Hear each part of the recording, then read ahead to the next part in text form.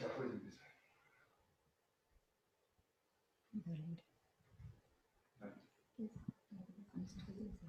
Antes de iniciar, nos gustaría darles algunas recomendaciones técnicas para que su experiencia virtual sea gratificante. 1. Ojalá esté conectado a cable de red. 2. Si está por Wi-Fi, garantice que tenga una buena señal. 3. La señal donde nosotros emitimos es de muy buena calidad. Aprovéchela.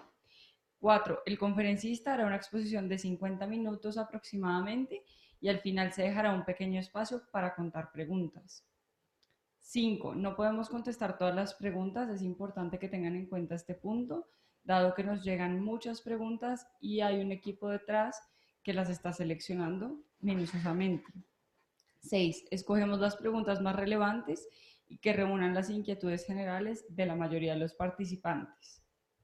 Esperamos disfruten de este espacio y que después de la conferencia se generen reflexiones personales y conversaciones familiares bien interesantes esta noche. Buenas noches. Red Papás y Asopanglo, la Asociación de Padres de Familia del Colegio Anglo Colombiano, les extienden un caluroso saludo de bienvenida a la conferencia Cómo prevenir el acoso escolar y el ciberacoso, a cargo de Enrique Chaos. En esta conferencia se brindarán estrategias que pueden contribuir a prevenir y manejar las situaciones de intimidación escolar y ciberacoso, enfatizando especialmente el rol que pueden tener madres, padres, cuidadores y docentes. Red Papás es una red de padres y madres cuyo propósito superior es abogar por los derechos de niños, niñas y adolescentes, fortaleciendo las capacidades de adultos y actores sociales para su efectivo cumplimiento. Para conocer más sobre Red Papás, los invitamos a ingresar a nuestra página www.redpapás.org y a través de nuestras redes sociales. Quiero invitarlos al 7º Encuentro Internacional para la Prevención y el Manejo de Riesgo de Abuso y Explotación Sexual de Niñas, Niños y Adolescentes en Entornos Digitales, que se llevará a cabo el miércoles 18 de septiembre de 7 a.m. a 5 p.m. en el Centro Cultural del Gimnasio Moderno. Tendremos también transmisión a través de streaming para quienes no puedan acompañarnos de manera presencial. Los invitamos a inscribirse en nuestra página web www.redpapás.org. Tengo el gusto de presentarles a Mariana Duque, ella es la gestora de Bogotá y Cundinamarca de Red Papás, quien nos presentará a nuestro conferencista Enrique Chaos. Bienvenida, Mariana. Gracias. Bueno, buenas noches. Enrique Chaux es profesor titular del Departamento de Psicología de la Universidad de los Andes, con doctorado en Educación de la Universidad de Harvard, maestría en Riesgo y Prevención de Harvard y maestría en Sistemas Neuronales de la Universidad de Boston. Es además físico e ingeniero industrial de la Universidad de los Andes. Fue el coordinador del equipo que construyó los estándares de competencias ciudadanas para Colombia. Ha liderado diversas investigaciones relacionadas con agresión, bullying, ciberbullying, conflictos, violencia escolar, competencias ciudadanas, educación para la convivencia y educación para la paz. Lideró además el diseño y la evaluación del programa Aulas en Paz para la prevención de la agresión escolar y promoción de la convivencia. Ha asesorado el diseño de políticas públicas en temas de convivencia escolar, competencias ciudadanas y educación para la paz. Para el 2012 fue finalista en el Premio a los Mejores Líderes de Colombia. Le damos la bienvenida. Enrique, bienvenido.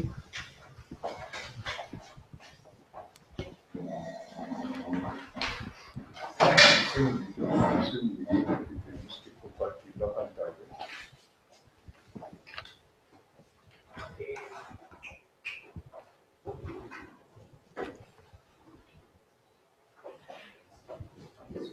¿Ya estamos viendo bien la pantalla? Bueno, Andrés, ¿sí? Hola, buenas noches. Muchas gracias por compartir estos momentos con nosotros y sobre todo muchas gracias por su interés en estos temas que son tan importantes para el bienestar de los niños, niñas, jóvenes y en últimas para la sociedad en general. Para empezar, yo quisiera pedirles el favor de que puedan responder una breve encuesta que analizaremos en un momento. La encuesta describe brevemente dos situaciones Y quiero que piensen en esas situaciones. Son dos situaciones muy típicas de acoso escolar o de bullying, y hay 4 opciones para cada una, y lo que quiero es que miren cada una y respondan si creen que esa situación se podría, de esa manera terminaría el bullying, no saben qué pasaría, o no terminaría en el bullying. Entonces, por favor, si pueden empezar a responderlas, y en un momento seguimos.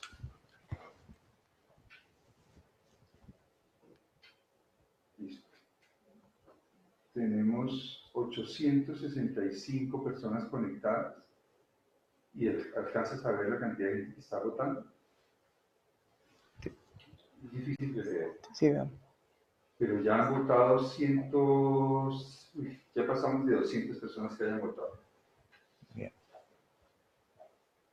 ¿Listo, Juan Andrés, para tomar los datos?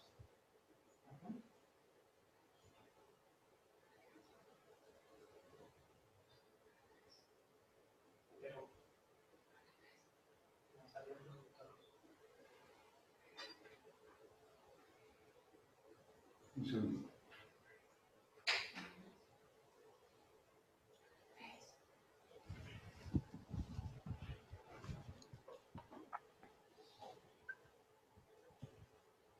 Creo que ya.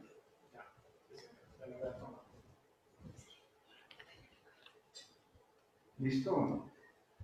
Sí, me salió por la pregunta. Están votando.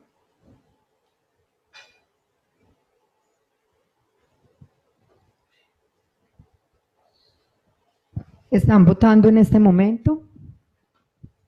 Ya miramos los resultados. Es que ya tenemos ya casi llegamos a las 1000 personas conectadas, tenemos 900 personas conectadas y ya han votado 650 personas. Sí. Esperamos Muchas unos gracias. minutos. Yo creo que ya podemos pasar al segundo caso. Son 2 casos. Entonces vamos a parar la votación acá. ¿Sí? Sí. Entonces finalizamos la votación. Andrés, ¿puede tomar los datos, por favor? ¿Ya? Y ya podemos pasar al segundo caso. Vamos a pasar al segundo caso. ¿Listo, Andrés? Entonces voy a pasar al segundo caso. Y nuevamente... Nuevamente les pedimos que puedan responder. entonces, si quieres leer la pregunta.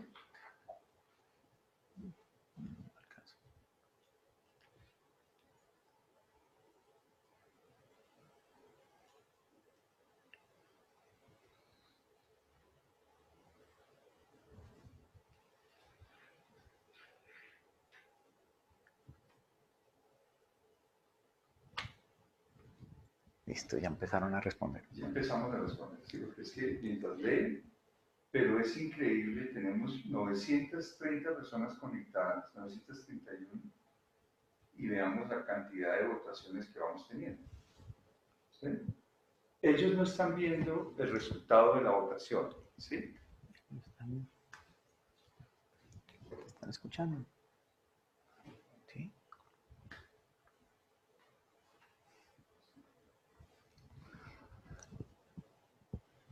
¿Me pasas para pasarle la teclado?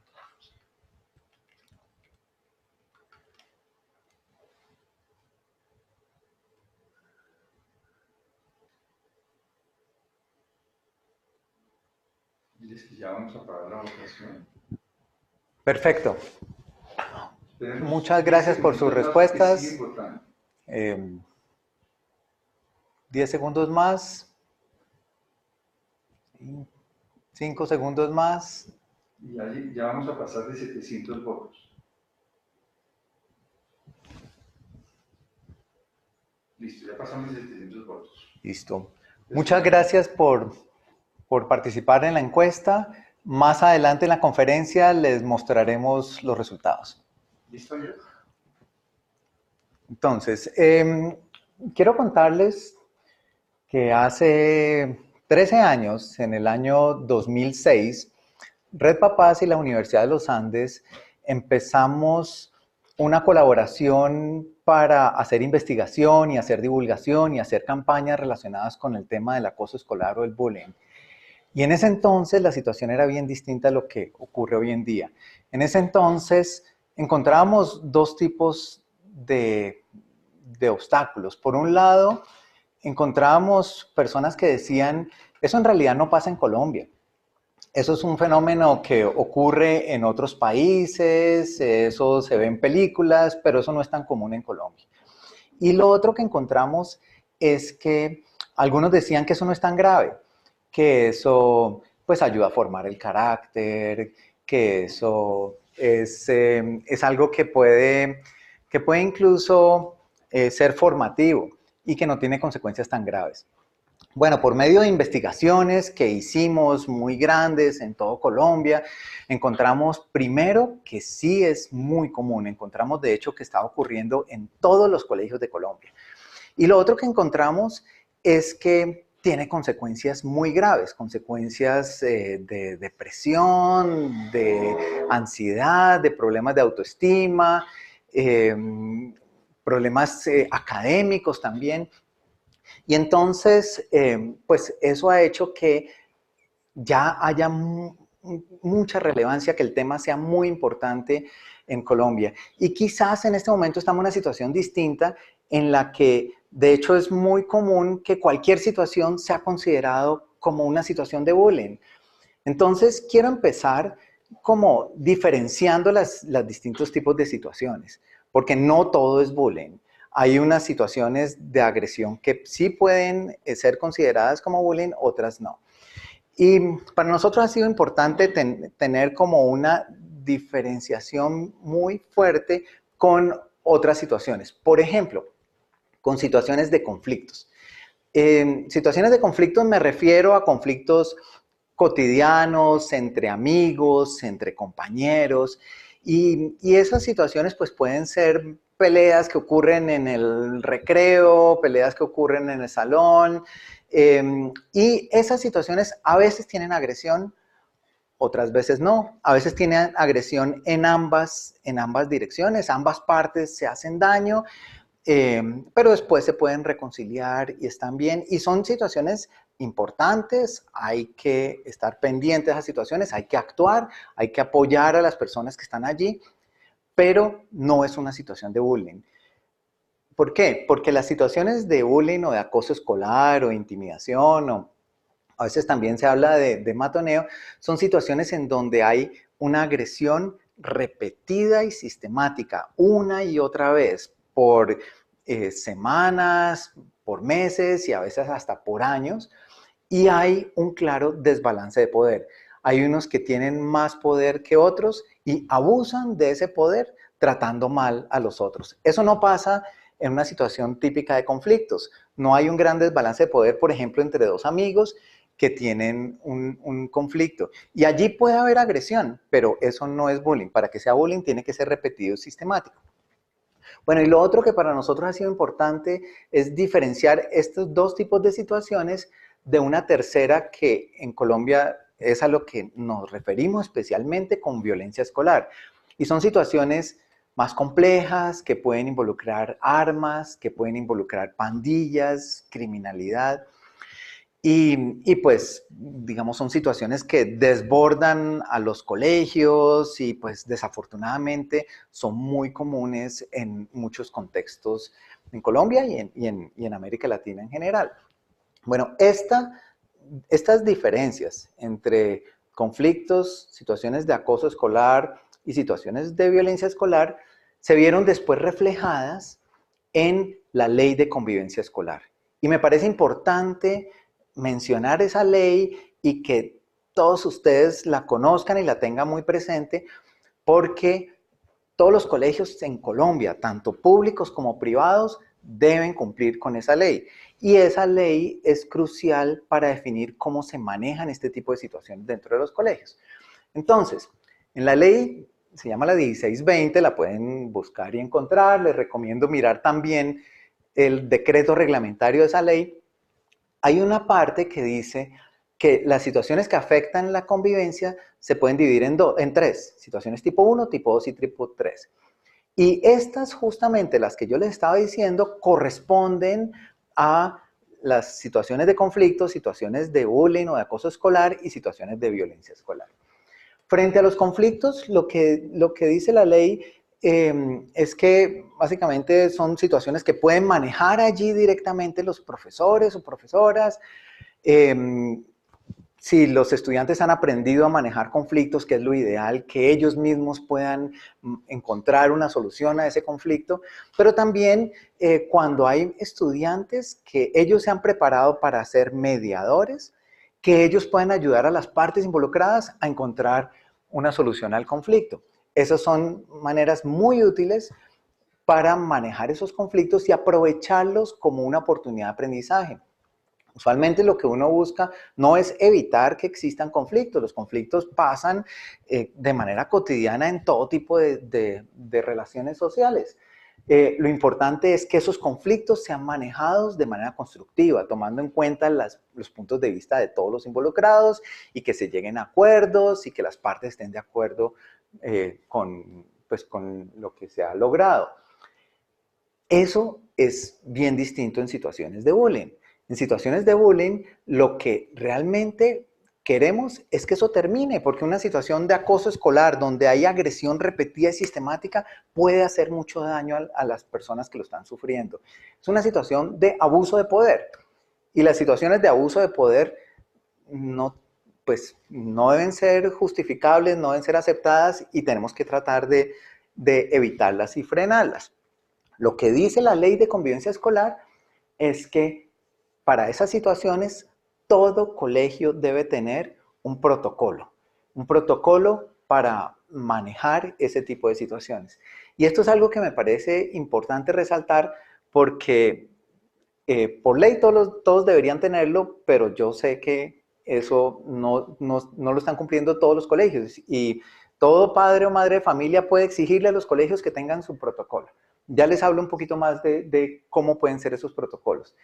Y con respecto a la violencia escolar, lo que dice la ley es que esto es algo que el colegio no debería manejar solo.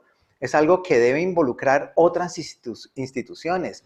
A veces es importante involucrar a comisarías de familia, al ICBF, involucrar a Policía de Infancia y Adolescencia. Dependiendo de la situación, el colegio debería activar lo que se llama ruta de atención que puede llevar a que otras instituciones se comprometan y entre todas encuentren una alternativa para manejarlo. Bien, yo quiero concentrarme ahora en esos protocolos para situaciones de bullying. Esos protocolos, pues todavía estamos ensayando y todavía pues no hay la última definición sobre cuál es la mejor manera de manejarlo, pero en términos generales lo que puedo adelantar es que debe tener por lo menos los siguientes pasos. Por un lado, que cualquier persona pueda activar el protocolo. Cualquier persona debería poder decir, yo creo que aquí está pasando una situación de acoso escolar y es importante que el colegio actúe frente a esto. Eso puede ser cualquier estudiante, puede ser cualquier docente, puede ser un padre o madre de familia, puede ser alguien del grupo de apoyo del colegio, profesionales, cualquier persona de la comunidad educativa debería poder decir, aquí es importante actuar, aquí puede estar pasando algo. Lo otro es que cuando ya se activa el protocolo, es importante poder saber si realmente es una situación de bullying. Como les decía, hoy en día hay mucha sensibilidad frente al tema. Eso es importante. Yo me alegro que hoy en día nos parezca, lo consideremos un tema importante y estemos como muy pendientes. Pero claramente hay que estar seguros de que sí es una situación de acoso escolar. Entonces, para eso no se puede uno basar en una sola versión, ¿sí? Y eso también es muy importante para uno como padre de familia, que a veces uno escucha solamente la versión de su hijo o de su hija y cree que esa es la única versión, pues en realidad esa es solamente una versión y es importante tomar en cuenta las distintas versiones. Entonces, una recomendación para estos protocolos es antes de cualquier acción es importante recoger información y tener en cuenta las distintas versiones posibles. Con base en esas versiones se determina si sí es una situación de acoso escolar o no. Si, por ejemplo, es una situación de conflictos, pues se puede manejar, por ejemplo, con un proceso de mediación de conflictos, donde hay un tercero que ayuda a las partes a resolver el conflicto. Si es una situación de bullying, nosotros no recomendamos el manejo por parte de mediadores estudiantes, mediadores. ¿Por qué? Porque hay un desbalance de poder y es muy difícil para un estudiante poder compensar ese desbalance de poder. Lo que recomendamos es, cuando se identifica que sí es una situación de bullying, informar primero a padres y madres de familia. Los padres y madres de familia tenemos todo el derecho de saber si algo así está ocurriendo y, de hecho, eso está en la ley. En la ley dice que deben ser informados. Lo siguiente es que se puedan tener conversaciones con las personas involucradas, pero hacerlo de manera individual. A mí me preocupa mucho cuando escucho que dicen, bueno, hay una situación de bullying en un salón y entonces vamos todos en el salón a hablar de lo que está pasando. Eso es riesgoso porque es un tema muy delicado y allí pueden estar las víctimas y es peligroso que ahí mismo se genere otra situación de burla o de agresión contra esas víctimas. Y muchas veces, si hay otros escuchando, es difícil que digan realmente lo que están viviendo. Entonces, es importante que los colegios tengan este procedimiento para escuchar individualmente tanto a quienes pueden estar siendo víctimas como a quienes pueden estar siendo agresores, como a quienes pueden estar observando la situación. La versión de esos testigos es muy importante. Ya voy a enfatizar un poco más sobre los testigos. Y lo otro que nosotros hemos encontrado que es muy importante, es muy valioso, es que si se determina que sí hay una situación de acoso escolar, poder acompañar a todas las partes para que pueda haber una reparación del daño que se ha generado. Y esto es una alternativa muy valiosa frente a las sanciones tradicionales. Las sanciones tradicionales, pues un castigo, una suspensión o incluso sacar a las personas del colegio, en últimas no generan el aprendizaje que nosotros queremos. El aprendizaje que queremos es aprender que no está bien maltratar a otros, que si uno está en una situación de más poder, por ejemplo, si uno es popular o tiene más amigos o tiene algo que le destaque, por ejemplo, si es mayor o más grande, pues no debe abusar de ese poder maltratando a otros, pero no realmente por miedo a que lo vayan a castigar, sino porque hay alguien que puede sufrir, ¿sí? Hay alguien que le puede hacer mucho daño a lo que uno ha hecho. La mejor manera para generar ese aprendizaje es poderlos llevar a que puedan entender que es necesario hacer algo para reparar el daño que han hecho. Hemos hecho algunos ensayos, han funcionado muy bien, ha sido muy interesante. Lo que hace el colegio es acompañar a quienes llegan a la conclusión de que sí, yo he hecho algo que repetidamente le pudo haber hecho daño a otros y ahora debo pensar en qué puedo hacer para reparar ese daño. Cuando yo tengo que pensar en qué puedo hacer para reparar ese daño, estoy pensando en cómo lo que yo hice generó un sufrimiento en otros. Estoy, en últimas, empatizando con lo que le pasó a otros y eso es fundamental como proceso de formación. Y lo otro que es muy importante es hacerle seguimiento, porque pues uno puede lograr que haya algunos avances después de un proceso de estos, pero es fundamental saber si esto realmente termina con la situación o si esto vuelve y se repite. Y si vuelve y se repite, pues quizás lo que se necesita es otro tipo de alternativas. Bueno, esto con respecto a cómo manejar las situaciones cuando ocurren.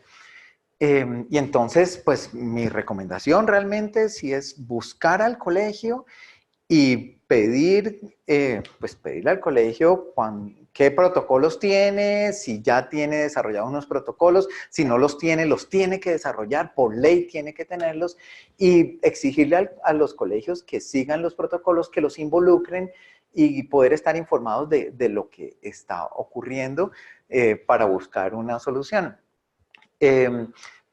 Definitivamente nosotros no recomendamos buscar a los padres, por ejemplo, si uno se da cuenta que su hijo o su hija está siendo víctima de una situación de bullying, no recomendamos buscar a los padres de los que pueden estar siendo agresores, porque usualmente eso empeora la situación, eso hace que se convierta en una confrontación entre padres.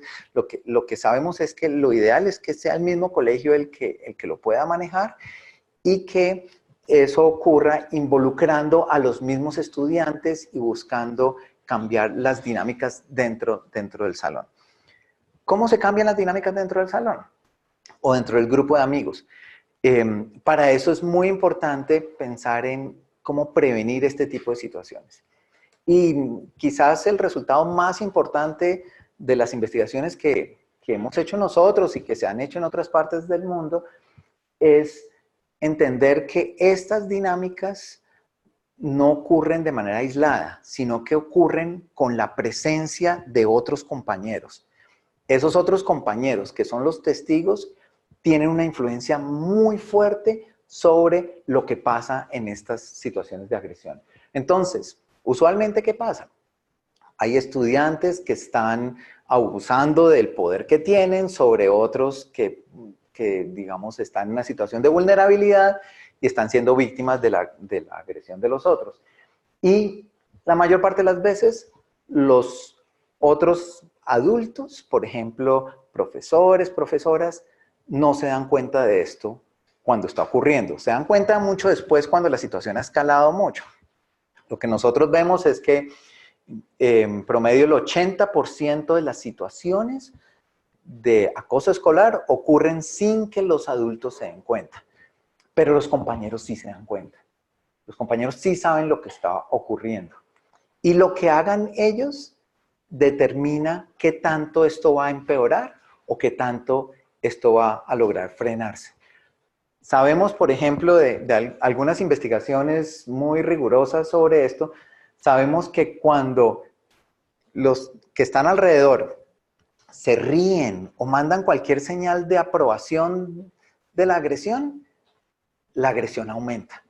Pero cuando ellos intervienen diciendo ya no más, como que ellos como grupo, los otros, los espectadores, cuando los espectadores dicen ya no más, paren esto, la situación frena y es la manera más efectiva que se ha encontrado para frenar este tipo de situaciones. Entonces, ¿qué necesitamos? Necesitamos, por un lado, generar sensibilidad en todos y especialmente en los testigos para que ellos se den cuenta de que es parte de su responsabilidad intervenir. De hecho, nosotros lo vemos como un aprendizaje de responsabilidad social, que si yo veo una situación de maltrato, veo una situación de abuso y no hago nada, en última estoy contribuyendo a que esa situación se mantenga. Entonces, para eso es fundamental promover la empatía, como esa capacidad de yo sentir lo que otros están sintiendo. Que si hay alguien que está sufriendo, que eso a mí me mueva, ¿sí? Que diga, yo comparto lo que otro está viviendo y eso me lleva a que yo tengo que hacer algo. La empatía es fundamental promoverla en quienes agreden, porque ellos muchas veces no están empatizando con quien está siendo víctima, pero también en esos testigos. Y la otra bueno, quiero hablar un poquito más de empatía y ahorita les cuento sobre la otra que les adelanto, es la asertividad. Pero con respecto a empatía, hay mucho que podemos hacer desde la casa. Haciendo preguntas como, por ejemplo, ¿cómo te sentirías si estuvieras en esa situación? Hablando de eso, ¿sí? Preguntándole a los hijos, a las hijas, si a algún compañero le está pasando algo o le ha pasado algo, cómo se sentiría, cómo se puede estar sintiendo esa persona. Algo que sabemos que es clave es que los padres o madres de familia puedan contar lo que a ellos les ha pasado. Las propias historias de cuando a uno cuando era estudiante le pasó algo, sufrió burlas o sufrió acoso o participó o vio que a algún amigo le pasó. Eso de uno mismo contar sus propias historias abre la puerta para que los mismos hijos le cuenten y aprovechar esas situaciones para promover empatía, para decir, bueno, ¿cómo se podría estar sintiendo esa persona? O uno decir, qué embarrada, yo sé que esta persona podía estar sufriendo y yo no hice nada para frenarlo. Eso es crucial para ir desarrollando en ellos esa capacidad para empatizar con los demás. Algo que sabemos que es muy, muy útil es aprovechar toda la literatura infantil, todos esos espacios en donde uno está leyendo cuentos y uno puede estar leyendo cuentos y parar y decir, ¿cómo crees que se siente este personaje? ¿Conoces a alguien que pueda estar viviendo una situación parecida? ¿Qué podrías decirle a esa persona? ¿Cómo se está sintiendo esa persona?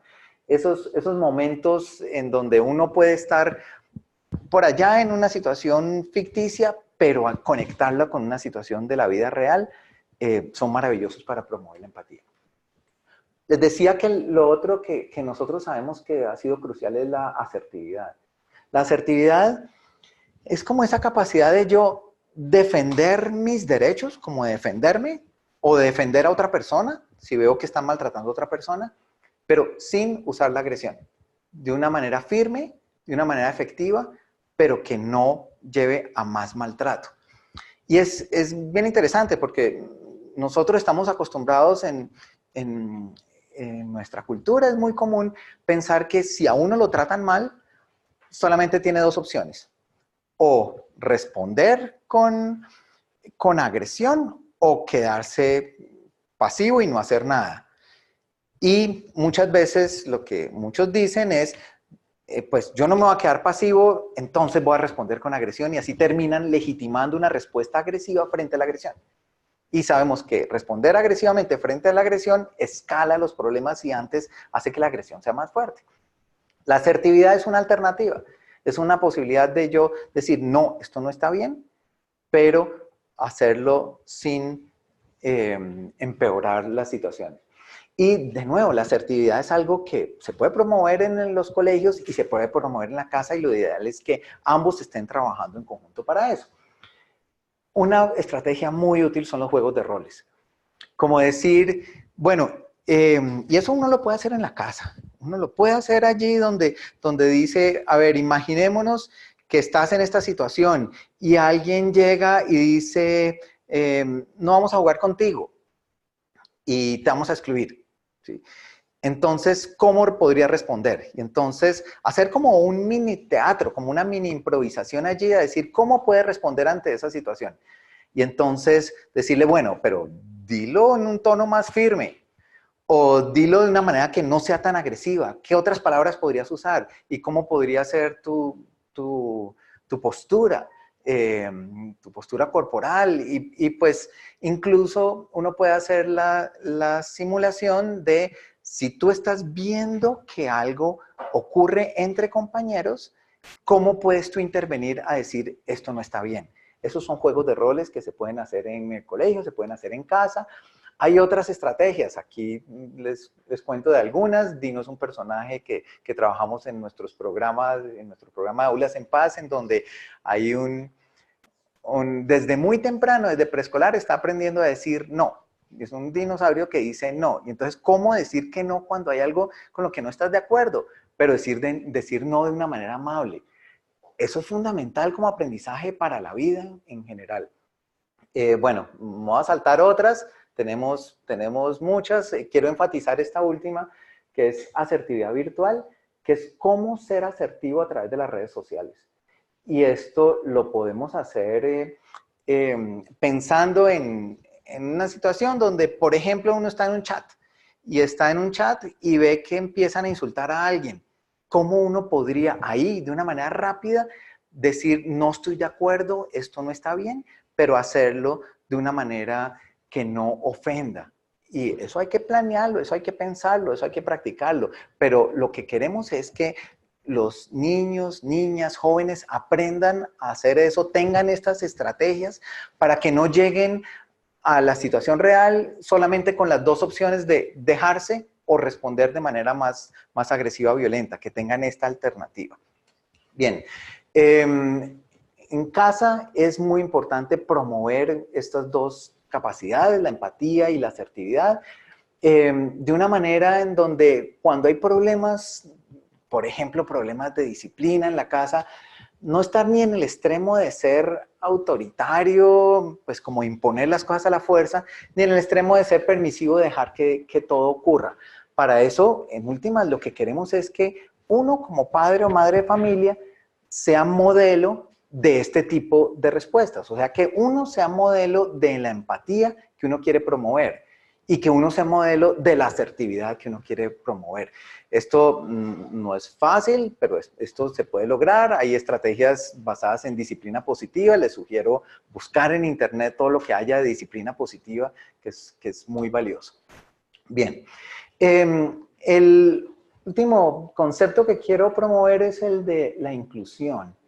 Y inclusión es muy importante, pues, porque vivimos en sociedad y que sabemos que quienes están excluidos están sufriendo mucho, pero además porque sabemos que quienes están excluidos, quienes no tienen amigos, están en un mayor riesgo de ser víctimas de acoso escolar.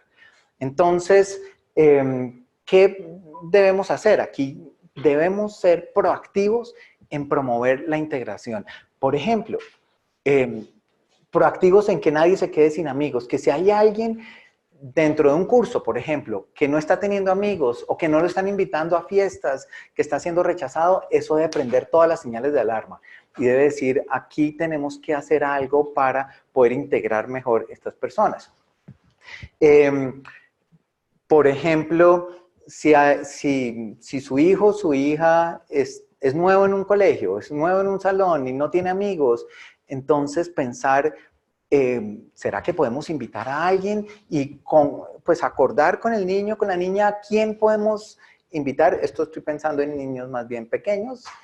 ¿A quién podemos invitar o con quién podemos ayudarle a armar un plan para que pueda estar relacionándose con otros? Pero con más grandes, pues uno no puede hacer eso, con adolescentes uno no puede influir de esa manera, pero sí puede buscar, bueno, ¿con quién podrías hacerte? ¿Quién de todos tus compañeros podría ser un apoyo en este momento? Hay colegios que tienen algo que es comité de bienvenida, que es cuando llega alguien nuevo al colegio, hay un grupo de estudiantes que se encarga de acompañar a esas personas. Bien. Y cuando se organizan fiestas, cuando se va a hacer una reunión, siempre es importante buscar ser incluyente, tratar de no excluir, sobre todo si es algo en donde va a ser un grupo grande, que sean todos. Si va a ser un grupo pequeño está bien, pero si va a ser un grupo grande es importante tratar de poderlos incluir a todos. Bueno, quedan como 10 minutos. Solamente quiero terminar con una reflexión sobre las situaciones del ciberacoso, que esto mismo que estamos hablando cuadra perfecto para las situaciones que ocurren en las redes sociales. Es muy importante el rol que tienen los observadores. Si los observadores de una situación de agresión a través de las redes sociales no hacen nada o se ríen o mandan un like, en última están contribuyendo a que esto empeore. Entonces, es fundamental ese rol que tienen los testigos, es fundamental la empatía, poder decir, oiga, algo que para mí puede ser aquí como muy divertido, puede ser algo como que lo hacemos por chiste y que parece inofensivo, del otro lado de la red alguien puede estarlo sufriendo y para alguien puede convertirse en una pesadilla. Y en las redes sociales también se puede ser asertivo y puede uno aprender a, antes de enviar un mensaje, pensarlo bien y pensar, bueno, ¿estoy siendo firme? esto va a ser efectivo, voy a lograr frenarlo, no voy a empeorar las cosas y tratar de promover eso. Les digo, aquí digo que hay dos enfoques. Hay un enfoque que a mí no me gusta tanto, que es el enfoque de padres pendientes de lo que hacen los hijos, todo el tiempo como haciendo seguimiento a la navegación, mirando las conversaciones a escondidas. A mí no me cuadra mucho porque los hijos aprenden fácilmente a hacer esto sin que los padres se den cuenta. Lo que yo creo que debemos hacer es poderlos ayudar a que ellos tomen decisiones responsables. Y entonces, ¿cómo? Teniendo una excelente comunicación con ellos, promoviendo empatía, promoviendo asertividad, promoviendo el rol de los testigos y ayudándoles a ellos a que entiendan cuáles son los riesgos y que entiendan que hay maneras de reportarlo. Y entonces, Red Papás ha promovido en Colombia Te Protejo, que es una plataforma muy útil para reportar este tipo de situaciones. Las redes sociales lo tienen y bueno, los protocolos que deben tener todos los colegios. Entonces, si les ayudamos a ellos, a que ellos mismos aprendan cuándo no está bien, qué riesgos hay y cuándo yo identifico una situación y qué puedo hacer, entonces ahí estamos logrando frenar este tipo de situaciones. Bueno, muchas gracias por su atención. Creo que tengo tiempo para un par de preguntas. No, vamos a hacer la respuesta final. Entonces, ¿saltamos a la encuesta? Sí, mandamos a revisar la encuesta final.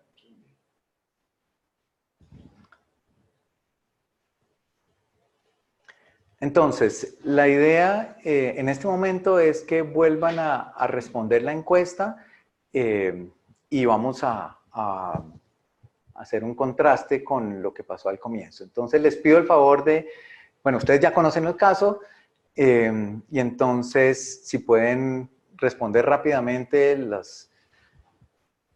frente a los dos casos.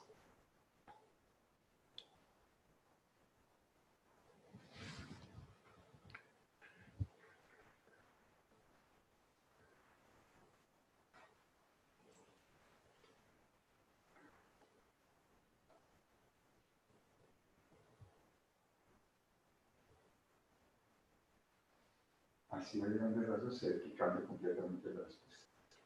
Tengo en mi cabeza la primera respuesta y cambió.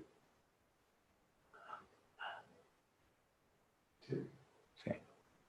Así me cambia. Tenemos 1000 personas conectadas por acá y 230 personas por YouTube. Pero el YouTube no puede votar. Pues aquí ya vamos a llegar a los 700 votos.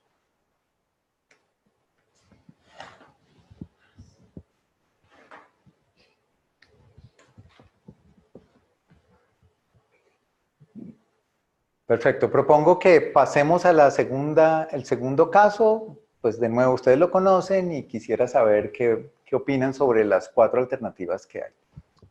Un segundo, paramos la votación, sí, porque siguen votando mucho. Finalizamos.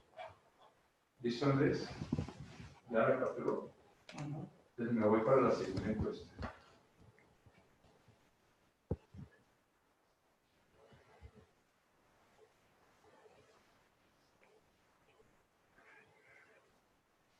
¿Listo?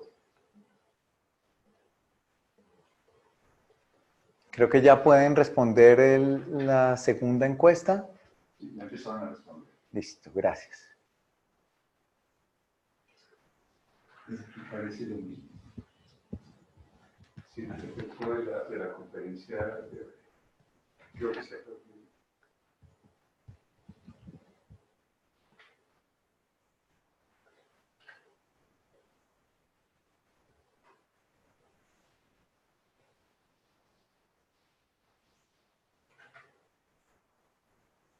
No sé si tengo un problema acá.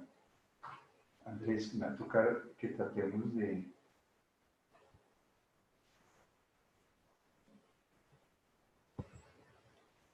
Bueno, ya vamos como en 600 respuestas. Las preguntas llegan acá. Démosle 10 segundos. 10 segundos más para terminar esta encuesta y empezamos con algunas preguntas. Hay unas preguntas que ya han hecho y que aquí han seleccionado por, digamos, la selección de nuevo, la selección de las preguntas se basa en preguntas que son repetidas, que varios lo están haciendo, que hay una preocupación en general por esos temas. Entonces, ¿Paramos la votación? sí. Listo. Muchas gracias por sus respuestas a la encuesta. Ya les vamos a mostrar los resultados. En 5 minutos les mostramos resultados de esa encuesta. Por ahora, ¿algunas preguntas? Un segundo.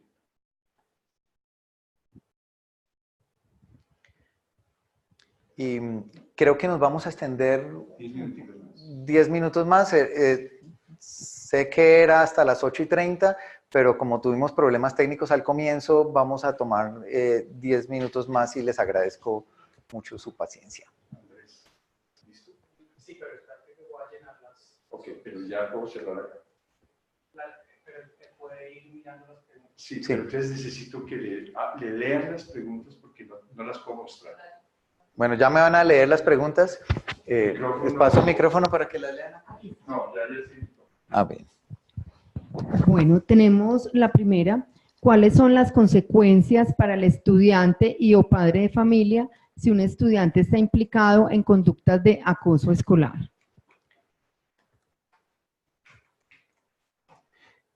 Bueno, como les decía, la ley de convivencia escolar dice que cada colegio debe tener su propio protocolo, ¿sí? Entonces, en realidad cada colegio es algo que cada colegio puede definir. Lo que recomienda la ley y recomendamos quienes hacemos investigación sobre esto es que sean unas consecuencias que aporten a la reparación del daño que se ha hecho. Entonces, les cuento algunos ejemplos. Si, por ejemplo, en un salón, tengo 2 ejemplos como en mente, recientes. En un salón están haciéndole bullying a algún compañero y llevan meses haciéndolo. En un proceso de reparación de daño, lo que finalmente concluyeron los estudiantes que habían estado haciendo el bullying, lo que finalmente concluyeron es que lo que habían hecho era hacer sentir muy mal a un compañero y afectarle su autoestima. Y lo que dijeron es, lo que debemos hacer es tratar de hacerlo sentir bien, hacerlo sentir mejor.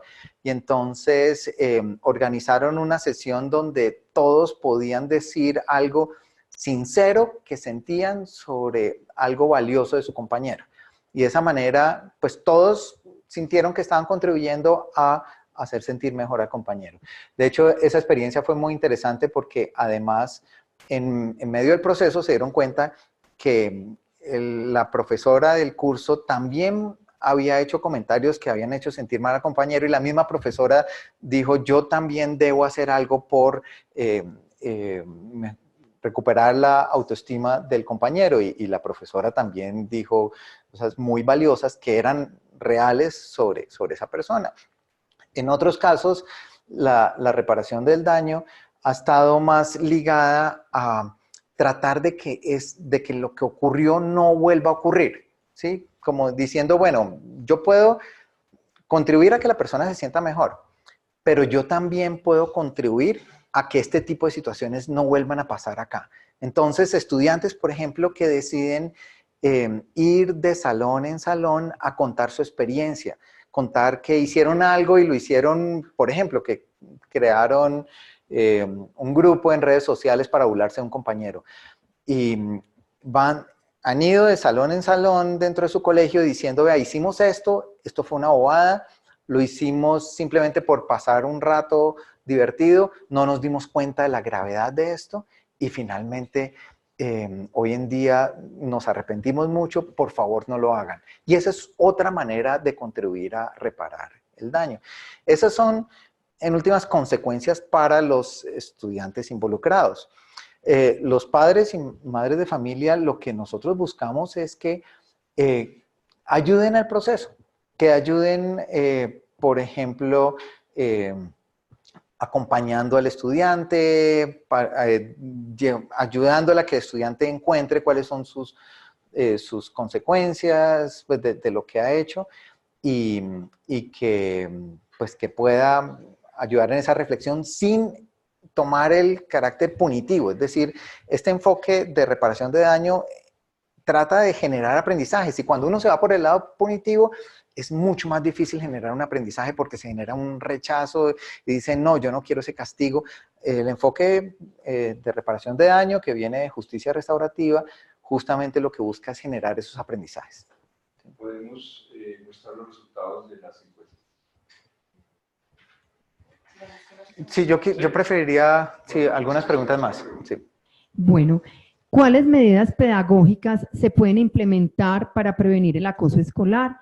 ¿Y qué hacer cuando a pesar de implementarlas no hay avances positivos en la conducta? Bien, pues las medidas pedagógicas dependen mucho de las edades, ¿sí? Son bien distintas para distintas edades. Entonces, lo que nosotros sabemos es que hay que empezar temprano. Temprano quiere decir en preescolar, ¿sí? Y en preescolar es bien importante ir trabajando estos temas, por ejemplo, empatía y asertividad, ir desarrollando esa capacidad para decir, bueno, cómo se sienten otras personas, cómo se sienten otros niños en estas situaciones, como estar siempre como inclinado a tener esa conexión emocional con otros. Y para eso también es muy importante aprender a reconocer las emociones, aprender a nombrar las emociones. Ahí hay todo un trabajo de desarrollo socioemocional o relacionado con lo que también se ha conocido como inteligencia emocional, la capacidad de yo reconocer mis emociones, reconocer las emociones de otros, poder conectarme con lo que otros están viviendo, están sufriendo. Y eso se puede ir trabajando en distintos momentos pues en distintas edades, con distintos niveles de complejidad. Nosotros, por ejemplo, hemos trabajado mucho con literatura infantil y más adelante trabajamos con literatura juvenil.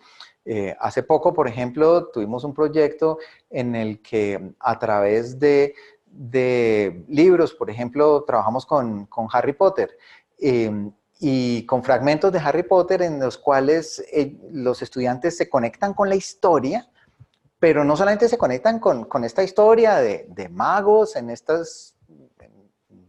la escuela Hogwarts, sino que también se conectan con su propia vida, hacen puentes con ficción y puentes con su propia vida.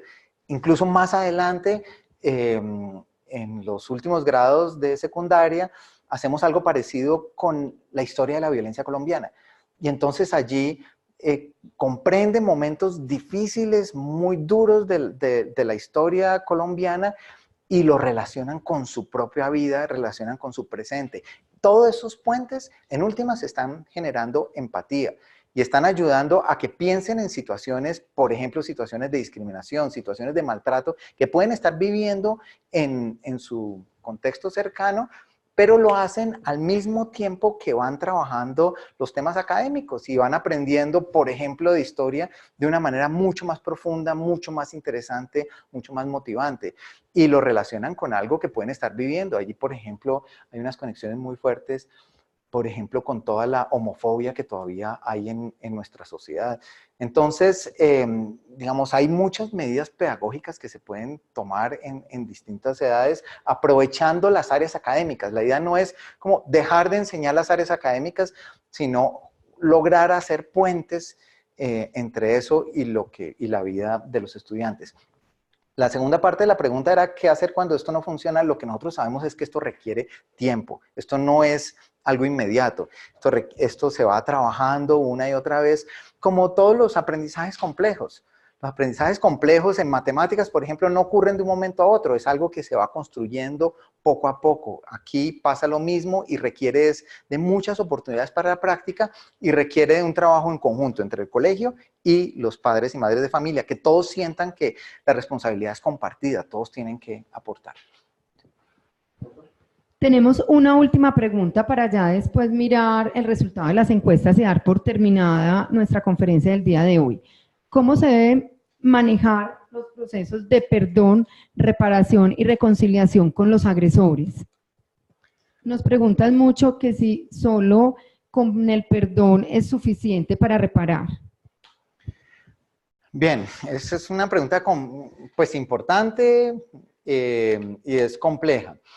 A mí me preocupa mucho cuando en un colegio se llega rápidamente a la idea de no, dense la mano y pídanse perdón.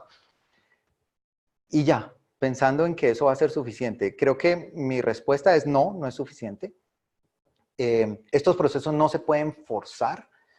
Estos procesos tienen que tener como unos pasos previos. Entonces, primero, para poder llegar a perdonar, es muy importante que uno sepa que la amenaza de agresión ha terminado, ¿sí? Y eso no es automático, ¿sí? No es como que diga, perdón por lo que hice, y al día siguiente vuelve y lo hace, y después vuelve y lo hace. Es muy importante que ya haya llegado al punto en donde puede confiar en que esas agresiones que están pasando no van a seguir ocurriendo, ¿sí? Bueno, lo mismo pasa en otro tipo de relaciones, lo mismo pasa en relaciones de pareja. Es importante que cualquier abuso que pueda haber haya terminado antes de poder hacer el proceso de perdón. Y para eso, lo que sabemos es que la reparación de daño es crucial, porque es un proceso donde yo tengo que pensar en, oiga, esto que yo estaba haciendo le estaba haciendo daño a alguien. ¿Qué puedo hacer frente a eso? Pedir, digamos, ofrecer disculpas, pedir perdón es un primer paso, pero la reparación va más allá. Yo digo, debo hacer algo para que esa persona pueda estar mejor, para que esa persona se sienta otra vez bien. Y la reconciliación ocurre, es ya, pues, cuando se va a recuperar una relación, y eso no siempre ocurre, y eso depende de la voluntad de quien ha sido víctima. Si la persona que ha sido víctima no quiere recuperar la relación y por ahora quiere mantener una lejanía, eso es aceptable, y forzarlo puede ser problemático. Yo conozco algunos casos y digamos en investigaciones se han visto casos en donde se trató de forzar que personas que han sido agresores y que han sido víctimas de una situación de bullying, forzar que vuelvan a ser amigos, puede que la situación parece que mejora en el corto plazo, pero en el largo plazo, si esto no se ha trabajado bien, vuelve y surge y puede ser aún peor y aún más grave. Entonces, creo que en general la respuesta es, esto debe ser manejado con un proceso de acompañamiento y en donde realmente, si alguien logra comprender que le ha hecho daño a otros, que esa persona entienda que debe llevar a cabo un proceso para apoyar y hacer algo para reparar el daño en quien lo ha hecho. Y nuestra labor como adultos es apoyar y acompañar ese proceso, no es forzarlo. Bien, queremos mostrar algunos resultados de la encuesta. Rápidamente estaba viendo que hay cambios importantes entre antes de la conferencia y después de la conferencia. Creo que los cambios más importantes son que tanto la respuesta de ignorar la situación como la respuesta de responder agresivamente no terminan el problema, ¿sí?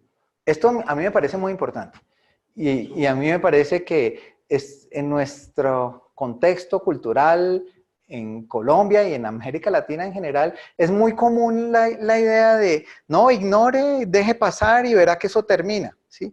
O es muy común la idea, vaya mijo, péguele un puño y verá que eso lo frena. Me parece muy valioso que aquí la gran mayoría está diciendo eso no va a frenar la situación. De hecho, frente a la del puño, el 90% está diciendo, al final de la conferencia está diciendo, eso no lo va a terminar. Y lo otro, si puedes bajar un poco más, yo no sé si ellos están viendo esos resultados. Sí, ok.